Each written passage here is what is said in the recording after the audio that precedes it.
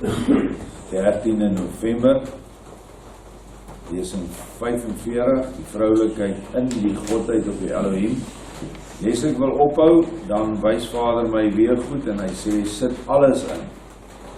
Want ons gaan baie aanslag kry hieroor. Die Satan is baie listig, en veral in die tyd wat ons weg was, en die mens bietjie met ander mense te doen kry, of sien, dan besef jy dat feitelik die hele wêreld is agter die dier. Ek bedoel, ons kan nou met mekaar baie keer beklei oor sulke klein goedjies, dan raak ons so opgewonde oor ons standpunt. En dis reg so, ons het hom lief en ons wil graag reg wees. Maar dan dink jy nie aan hoeveel mense loop daar rond. Jy sien dit nie eintlik. Eers as jy daar tussen hulle is en jy die lang pad vat, dan sien jy wat se oesland lê daar en eintlik hoeveel mense niks van die basiese goed weet nie. Ons is nou besig met baie diep innerlike woord. En dis 'n woord nou vir die mense wat nie is. Lees maar vanmôre se storie saam met my, soos wat die storie is. Maar almal wat nou al 'n ruk saam met ons is, al nou 45 lesings nou bywoon, sal weet dat daar iets anders te binne in die woorde staan wat Vader slegs oopmaak as jy 'n bereidheid het om jou erfdeel op te neem. Vergelyk dit altyd met die verhaal van iemand gee vir jou R1 miljoen, laat hy na, iemand, jy weet nie eens wie dit is nie. En toch sal jy mos gaan uitvind wie dit is. Jy sal uitvind waar dit is. Jy sal uitvind dat jy met die prokureur in aanraking kom, jou bankrekening vir hom gee. Dis toch alles wat jy gaan doen as jy hoor jy het R1 miljoen geërf. Nie is dit nie R100.000. Nou kom Yeshua en hy gee vir ons die hele heelal. Sê hy, ek wil hê julle moet soos wat ons man en vrou een is, moet julle my vroulike arm wees van die heelal. Julle moet skep. Dis wat hy ons gee. En wat se moeite doen ons om dit op te tel? Ons doen nie baie moeite nie. Maar ons sal baie moeite doen oor iets aards. En dit wys maar net waar ons gesindheid lê. En daarom wil ek vanoggend weer eens 'n verhaal van 'n weduwee behandel. Die laaste gedeelte wat ek vir julle gegee het op daaronder was by Jeffrey's Bay, was die gedeelte oor die vrou Abigail, wat genoem word eintlik vreugde van Vader. Die weduwee, wie se man dood is en wie Dawid, wat die geregtigheid voorstel, wie Yeshua self is, wat daar dan as vrou neem. Nou ons gaan weer van 'n weduwee lees vanmôre, maar ons gaan eers na Lukas toe.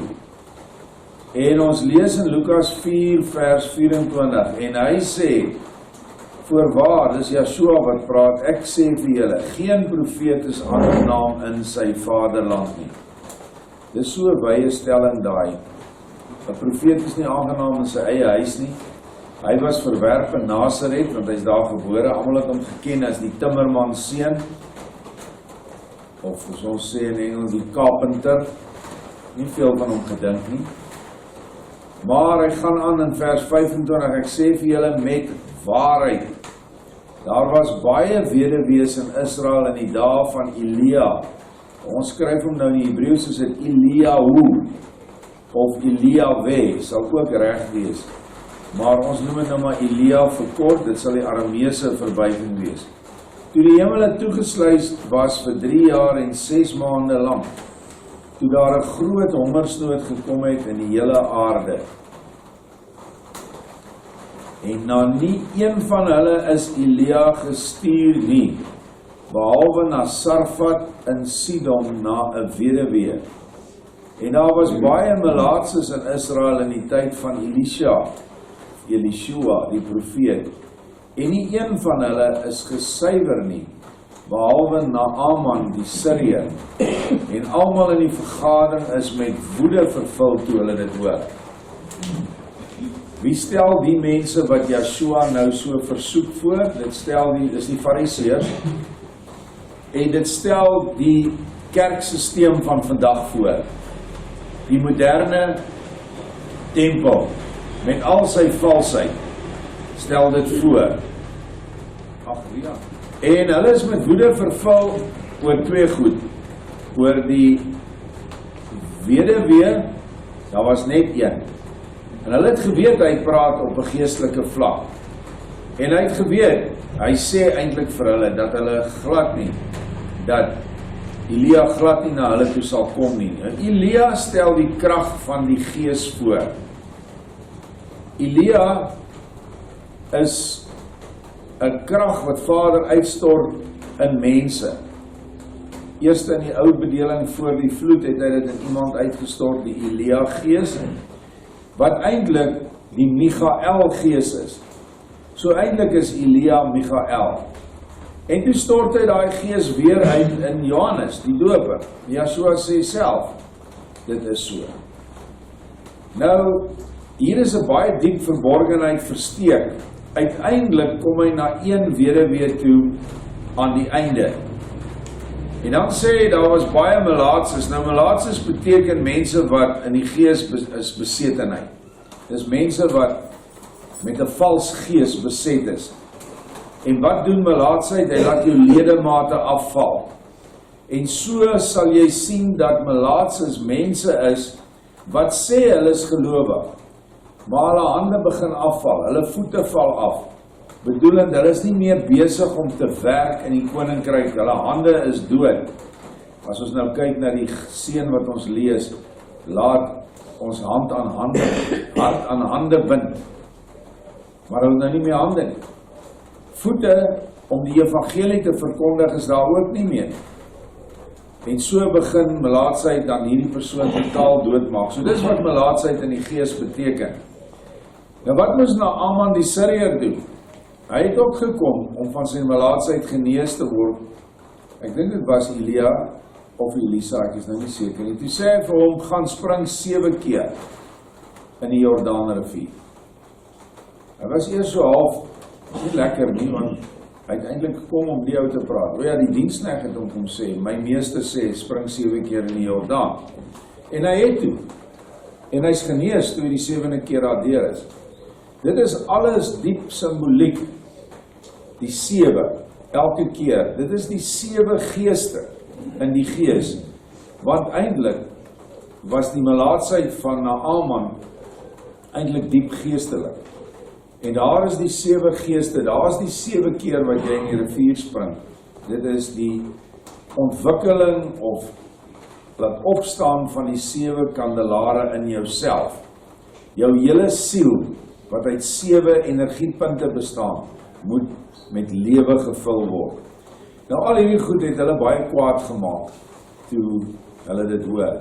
En so maak hierdie leer, wat ons nou leer vir ons volk, die klomp kerkmense woedend, regtig woedend. Ek is vanmôre weer gevat al van 3 uur af, tot nou net toe ek hier sit, is dit nog steeds aangevat deur 'n mens. En ek gaan nie eers, dis 'n ingenieur. Nou dan spog hy sê 2 ingenieursgrade gekry, mynbou en siviel. Maar hy kan nie die waarheid vat nie, hy kan nie verder as die 66 boeke sien nie. En dit is alles. Nou dit verstaan ek nie, mense, ek is ook in die ingenieursbedryf gewees. Dit is 'n eksakte bedryf. Dit is 'n bedryf waar jy, as daar 'n klomp ingenieurs om 'n tafel sit, en daar's 'n meganies en 'n elektries en 'n mynbou en 'n siviele ou, en daai ou praat uit sy vakgebied uit, dan aanvaar jy dit as gesag. Want hy's professioneel, jy's professioneel, jy het nie daai rigting gestudeer nie. Maar hulle moet nou ventilators in jou gebou insit, en daai ou moet dit doen, en jy moet 'n mynstruktuur, 'n skag bou vir daai myn.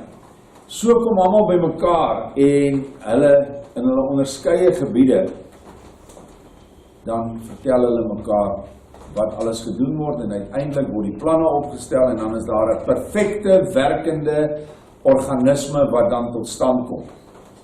Maar jy kan vir mense sê, jy's 30 jaar besig met die nou pad te bou. 30 jaar het ek vir Vader gewerk tot nou toe. Jy's vals, jy's 'n filosoof, jy praat so hoog, niemand verstaan jou nie. Dan dink ek, hier's mense wat hier by ons is en wat luister, wat niks weet van die Bybel nie, en hulle kom agterna, as ek reg indruk, en hulle sê, weet jy, die goed maak sin, ek verstaan. En dan kan ons net by daai vers kom, hy sê, hierdie dinge is nie vir die slim en geleerdes geopenbaar nie, maar aan hulle wat soos kindertjies glo.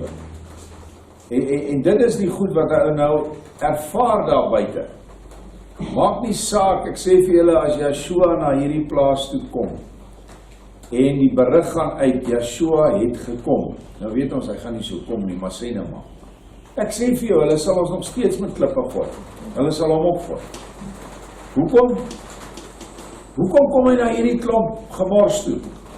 Hierdie klomp haweloses, en hierdie klomp vals geloof wat hulle hier vir ons aanbied. Dis wat hulle gaan sê, wel hulle sê dit nog steeds.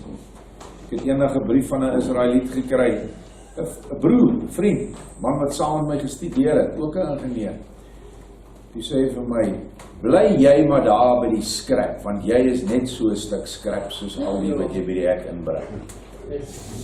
Hoe kan iemand wat geleerd is in 'n tegniese afdeling, ek praat nou nie, as mense in prokureursrigtings gaan, ek is jammer, ek het bitter min nog gesien wat bekeer het. In dokters het ek nog baie minder gesien. En predikante het ek nog geen gesien.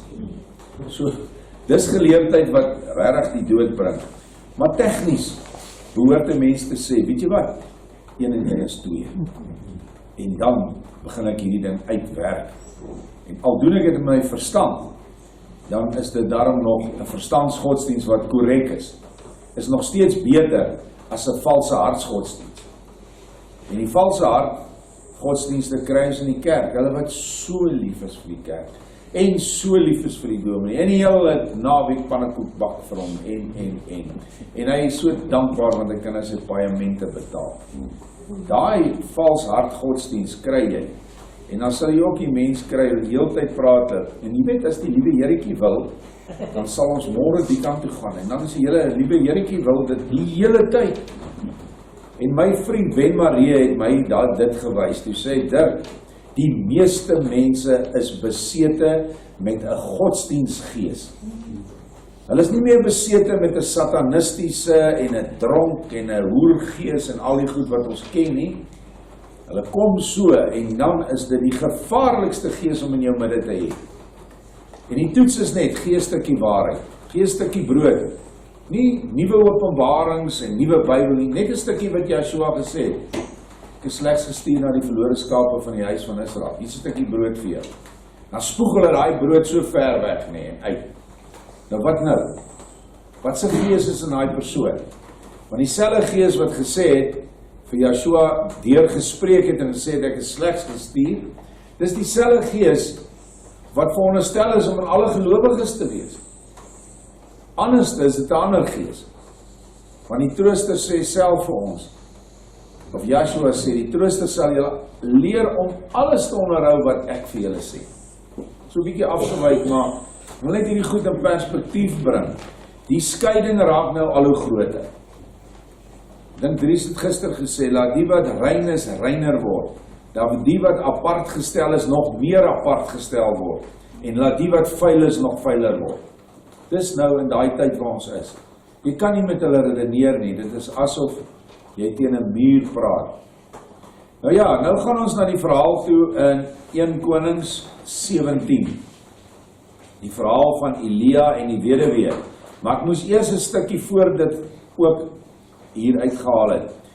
En Elia, die vreemdeling uit Tisbiet in Gilead, het vir Agab gesê, so waar is Jahwe die Elohim van Israel leef, voor wie se aangesig ek staan, daar sal geen dou of reën in hierdie jare wees nie, behalwe op my woord. Nou, almal wat daarom nou ingewy is, weet nou, Elia is die krag, wat sê hy? Dou en reën, dou is waarheid. Reën is al die goedheid, liefde, wysheid, krag, en al die ander geeste. So daar gaan geen van dit meer wees nie. En ek glo, ons gaan nou in daai tyd in. Toe kom die woord van Jahwe tot hom en sê, gaan hier vandaan weg en draai jou na die ooste toe en steek jou weg by die spruitkrit wat oos van die Jordaan is. Ooste, almal weet nou, wat is die 4 windrigtings? Ons weet dat die ooste die krag voorstel. Ons moet tog vir ons, die krag in die oggend, die opkoms van die son in jou hart, Yeshua. Ons moet tog maar so skillery ook maak as jy weer tyd het, Stefan, asseblief, die 4 kleur in die oos, wes, noord, suid, met die 4 wesens. En jy moet uit die spruit drink, en ek het aan die kraaie bevel gegee om jou daar te onderhou. En hy het gegaan en gehandel volgens die woord van Jahwe. Hy het gaan bly by die spruitkrit wat oos van die Jordaan was. En die kraaie het vir hom smorens brood en vleis gebring, en saans brood en vleis. En hy het uit die spruit gedrink. Maar na verloop van tyd het die spruit opgedroog, want daar was geen reën in die aarde nie. Toe kom die woord van Jahwe tot hom en sê, maak jou klaar, ga na Sarfat wat by Sidon is, en bly daar. Kyk, ek het aan 'n weduwee bevel gegee om jou te onderhou. Daarop het hy hom gereed gemaak en na Sarfat gegaan. Toe hy by die ingang van die stad kom, was 'n weduwee juis besig om daar houtjies bymekaar te maak. En hy roep haar en hy sê, gaan haal tog vir my 'n bietjie water in die kan, dat ek kan drink. Terwyl sy loop om dit te gaan haal, roep hy haar en sê, bring tog vir my 'n stukkie brood saam.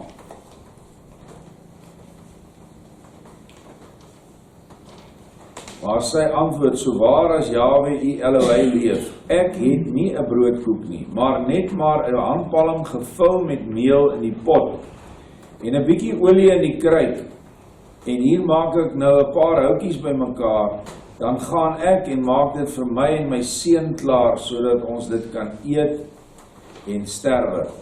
En Elia sê vir haar, wees nie bevrees nie, gaan heen, doen volgens jou woord, maar maak eers daarvan vir my 'n broodkoekie en bring dit uit vir my. Daarna kan jy vir jou en jou seun iets klaar maak.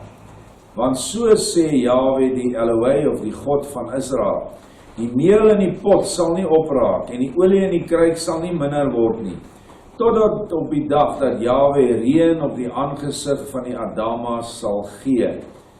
En sy het gegaan en gehandel volgens die woord van Elia, en sy het geëet, sy en hy en haar gesin dae lank.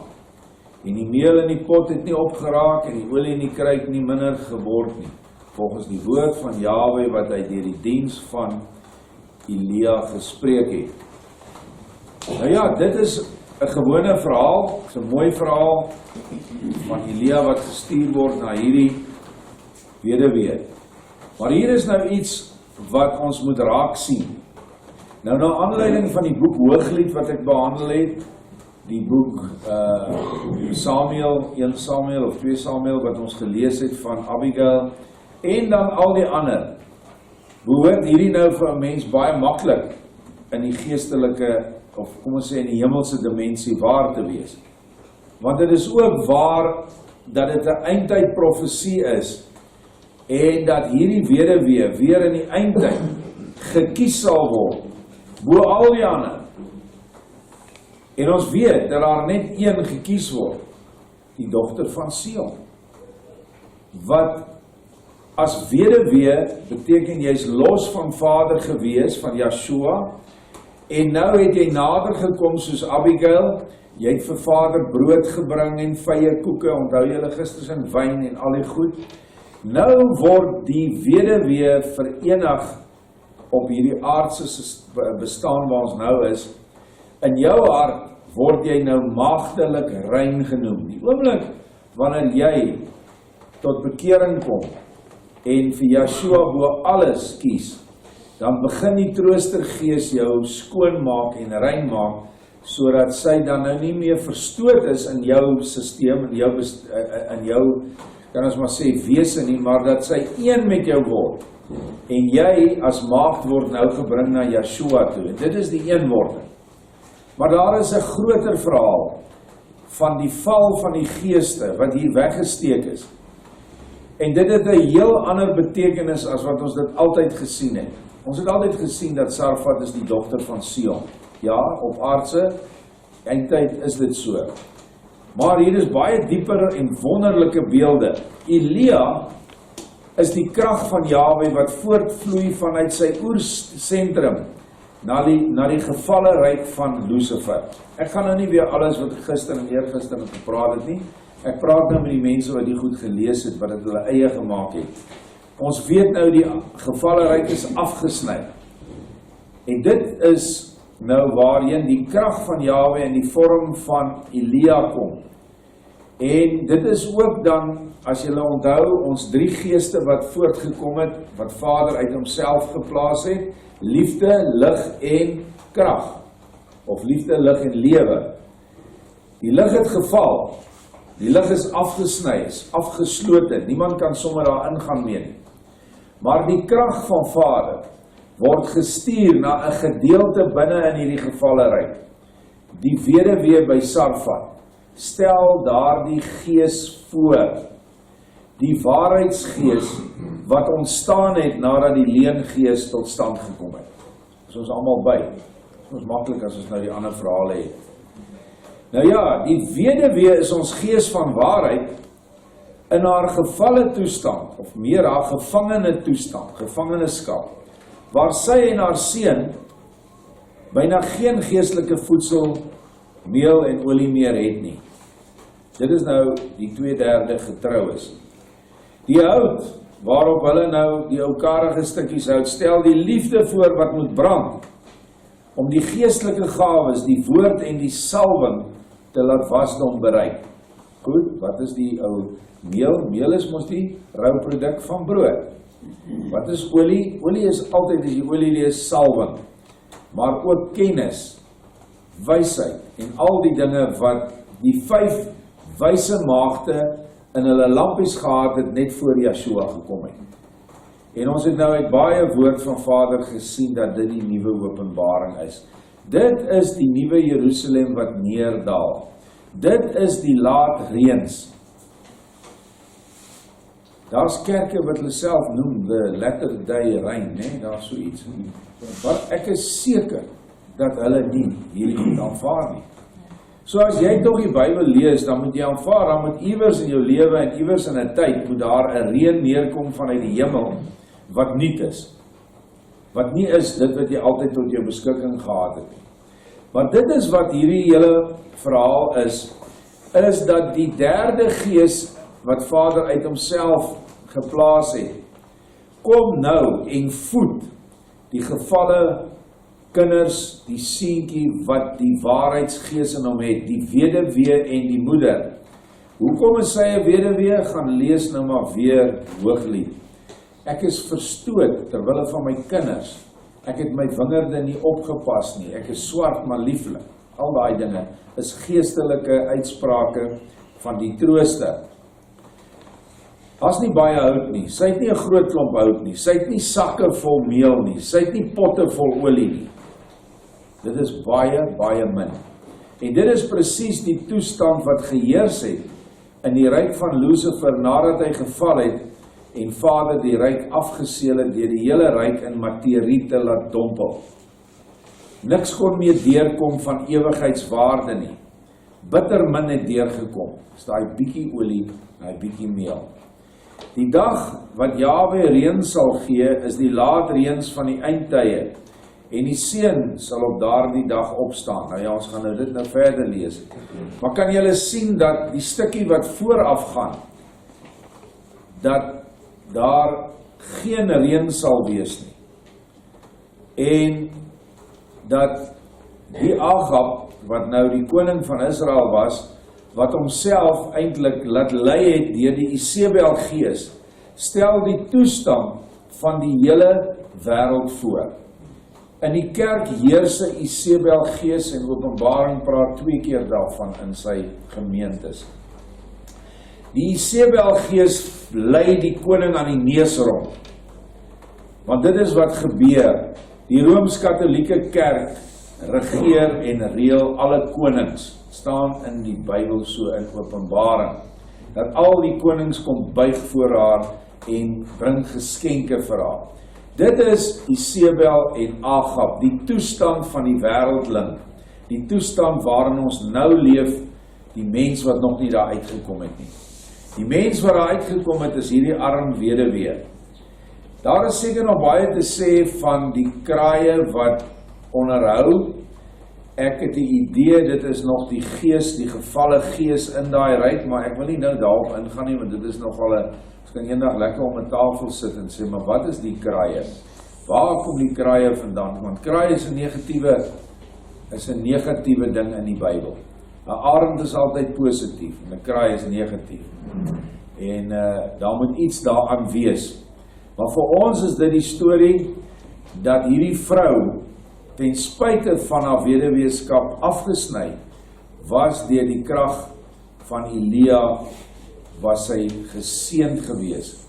En uiteindelik is Joshua die enigste houer van al die 7 geeste plus die 3. En is hy uiteindelik Elia, as 'n mens dit so kan kyk, is hy, soos ons in die vorige lesing gesien het, tog Dawid. Nou ja, hy het dit toe nou gekry, hy vra vir haar eers vir, sy moet nou vir hom 'n broodkoekie maak, daar is ook die betekenis daaraan. Maar, nou kom ons by vers 17. Na hierdie dinge, wat sy nou gedoen het, die seun van die vrou, die eienares van die huis, siek geword. En sy siekte was baie ernstig, totdat daar geen asem meer in hom oorgebly het nie. Toe sê sy vir Elia, wat het ek met u te doen, man van Elohim? U het na my gekom om my ongeregtigheid in gedagtenis te bring en my seun dood te maak. Nou ja, onthou nou, die seun is die engelwesen self, die 2/3, en die moeder is hulle gees, wat nou tot wasdom kom, terwyl Lucifer besig is om al hoe verder weg te breek. En die seun sterf toe, wat dan aandui dat daar geen moontlikheid is, dat daai 2/3 daar uit sou kom nie. Hulle was verlore, al het hulle nog net 'n bietjie brood gehad, woord van Vader oor, 'n bietjie olie, bietjie van die krag van die salwing. Maar hy antwoord haar, dis Elia, gee jou seun vir my. En hy het hom van haar skoot afgeneem en hom opgedra na die bokamer waar hy self gewoon het, en hom op sy bed neergelê.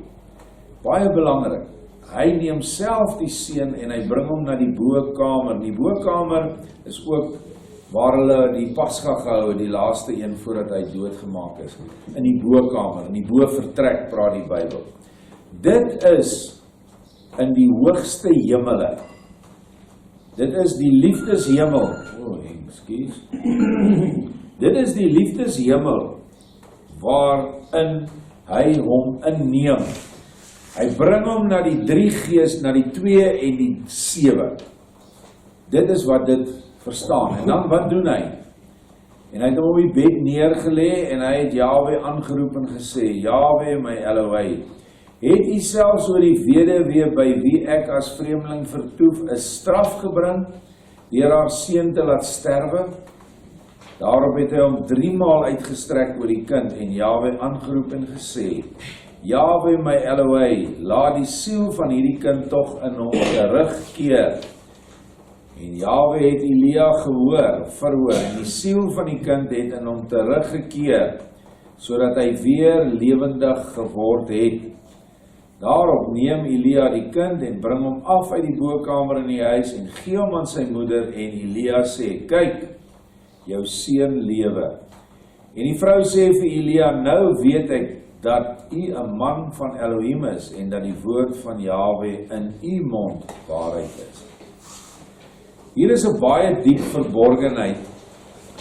Elia stel nou die krag van Jahwe voor, wat 'n proses begin, om hierdie seun wat gedood is in die gees, onthou, hy is nie regtig dood nie, sy gees is dood, want ewig lewende wesens kan nie doodgaan. Hulle kan net in die dood ingaan wat ewig duur. Dit is in Lucifer se geese. Maar om lewend te wees, kom jy in Vader se gees. En Elia stel dan die krag van daardie gees voor, en hy buig 3 maal oor hom. En dit is die hele proses, wat Vader dan goedkeuring gegee het, toe die oermoedergees, die liefde, smeekend voor hom staan, en sê, asseblief, vat hierdie kinders weer terug. En as ons die boek huishouding gaan lees, dan sien ons, Vader in sy geregtigheid was woedend vir wat Adam en Eva gedoen het. Maar tog het die moeder hulle bygestaan, in daardie tyd die wysheid. En tog het hulle weer 'n kans gekry om terug te kom, toe Yeshua vir ons gesterf het, opgestaan het. Dit alles word in hierdie seentjies se genesing vervat. En die dag wat Jahwe reën sal gee, wat ons nou gelees in die begin, is die laatreëns van die eindtye. En die seun sal op daardie dag opstaan, dis ons.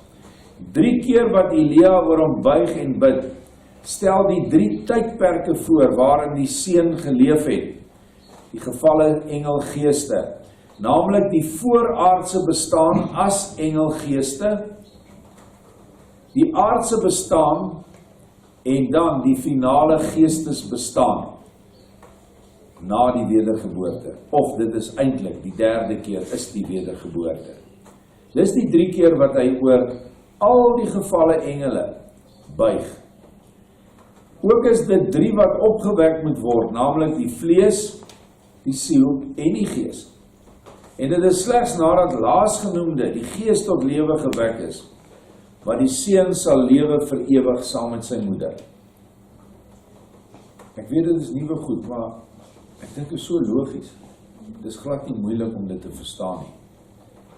So, dit is wat hierdie verhaal vir ons gee in sy diep innerlike hemelse waarheid. En dit vertel die verhaal van die val van die geeste. Dit vertel die verhaal van die weduwee van Sarfat. Dit vertel die verhaal dat die weduwee 'n weduwee was en nie verenig is met Yeshua gewees op daai stadium, nog minder met die Vader nie. Eers in die hofmakingsproses van Hooglied het Yeshua die waarheid begin verlos en alle kinders. En daarom kan dit nie gesê word dat die waarheid vir ewig in die Godheid bestaan het, sonder die val in ag te neem nie. Sy was vir ewig daar, ja, in die sin van, al die engele, wat geskep is, het 'n vrye wil gehad. Hulle het net die krag van Vader gekry, wat net goedheid, en liefde, en wysheid, en al die eienskappe was. Maar toe hulle wegdraai, en een het weggedraai, toe ontstaan die val, en die besoedeling, boosheid, eie liefde, hoogmoed, en die voortspruitende dinge, naamlik die leuen, wat uit hierdie val tot stand gekom het.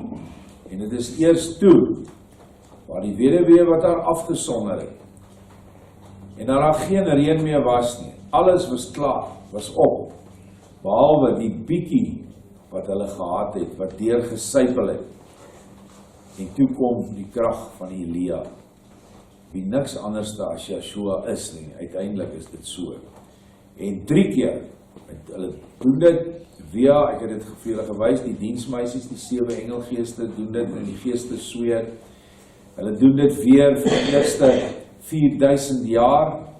Toe kom Yeshua self as die seun, die groot seun, wat niemand anders as die Vader is nie, neem die weduwee se seun, se kinders, en doen dit wat gedoen is, waar ons nou as verlorenes, voorheen verlorenes, nou die wedergeboorte kan kry, en nou die 3de keer Yeshua se gebed en buig oor ons kry. Ek bedoel, dit is so mooi hierdie goed. Hoekom sal Vader die goed insit, as daar nie iets dieper is nie? Want dit is andersins tog 'n sinnelose verhaal. Maar tog, die meeste mense bly by Agab, of is Agabs in die gees, soos die man wat ek net van gepraat het. Briljant, sal alle navorsing vat van almal in die wêreld, in dit in sy beroep of in sy, kan ons maar sê, in sy vakgebied bring. Maar die Bybel is net 66 boeke. Kan nie daar buite nie. Die woord is die Bybel. Die woord is nie die Bybel nie, die woord is Yeshua. En Yeshua is nie 'n beperkte ding wat tussen twee buiteblaaie van 'n boek is nie. Hy is ewig lewend, hy is almagtig en hy is heeltyd vernuwend. En dit is ongelukkig hoe die Christendom dit vandag hanteer. Briljante mense in die wêreldse, maar absolute dwaase in die gees. Nabals wat nie wil glo dat daar iets buite die Bybel is nie. En ons het dit nodig. Ons het olie nodig. Die tyd wat ons nou voor die huwelik staan en voor die bruidskamer, voor die deur, sonder olie sal ons nie ingaan nie. Ek sê vir julle, jy gaan nie daar ingaan nie. Jy gaan nie verstaan nie, soos ons nou reeds sien. Maar daar gaan 'n tyd kom wat hulle olie gaan soek. Baie van hulle gaan dit eers soek na hulle dood. Nadat hulle 'n onbeskermde dood gesterf het, sal hulle in die talle opleidingsskole kom wat die Bybel van praat. Daar in die huis van my vader het baie wonings. En dan sal hulle maar die evangelie van Lorber moet gaan lees.